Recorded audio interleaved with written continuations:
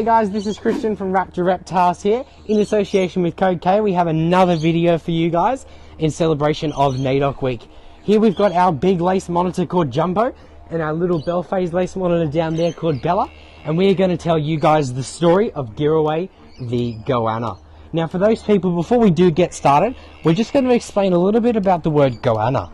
It's an Aboriginal word that describes all monitor lizards, so any lizard that looks sort of like this, including the Komodo dragon, is called a goanna. It's not a mispronunciation of iguana or anything like that. Now, long ago in the dream time, there was a girl goanna and her name was Girawu, and she lived in an area called the Murrumbidgee. Now the Murrumbidgee literally translates to land with water, but back then there wasn't actually any water in the Murrumbidgee. The river in that area didn't flow, and all the animals were actually very, very thirsty. There was something called a drought going on. Now, the only animal out of the whole Murrumbidgee area that knew where the water was the goanna. And it was only the boy goannas, and they didn't actually share that information with any of the other animals. They didn't share the water with any other animals.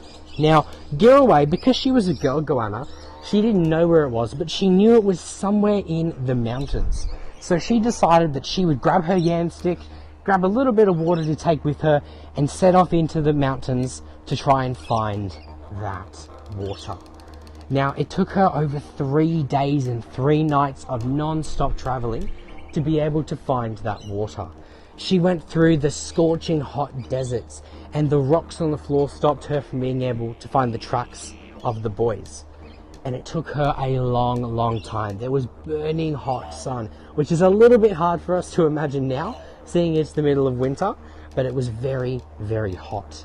And eventually she reached the top of the mountains, which we now know as the Snowy Mountains. And she was very, very tired, and by the time she got to the top, she decided to fall asleep. Now, while she was dreaming, she actually heard voices speaking to her as she slept under the stars. And when she awoke, she saw she was surrounded by a tribe of elders. And she was pretty scared, so she decided to run underneath a log. But they told her, do not fear, Girawu, because we are the spirit guides that has been sent from Mother Earth to reward your bravery for going out into the desert by yourself. We're going to show you where the water is. So they led her through a cave, through a ravine, and they came to an opening, and there was a ginormous rock. This rock was the biggest rock that there's ever been, even bigger than Uluru is to this day. And they said, do you see this rock? The way that you will get the water to these people and to all the other animals is you have to grab your yam stick, which is like a big walking stick, and smash it into the rock. And once you do that, you have to run as fast as you can. So she got a little bit worried, and she said, oh, okay, all right. So what she did, she braved all of her courage, she got all of her strength, she lifted her hands in the air, and she smashed the yam stick into the rock.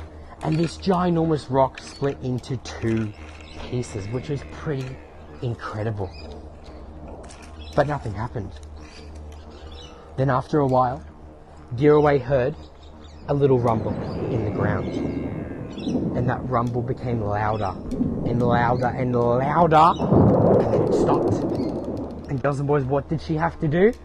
She had to run. As soon as she started to run, a massive wave of water came up from the ground and rushed down the hill. She ran so fast, she ran on 2 legs like a person, which we can still see our goannas do to this day. She ran down the mountain, past the trees and rocks, across the logs, until she met the bottom, and the water turned into what we call the Murrumbidgee to this day. And all the animals were happy.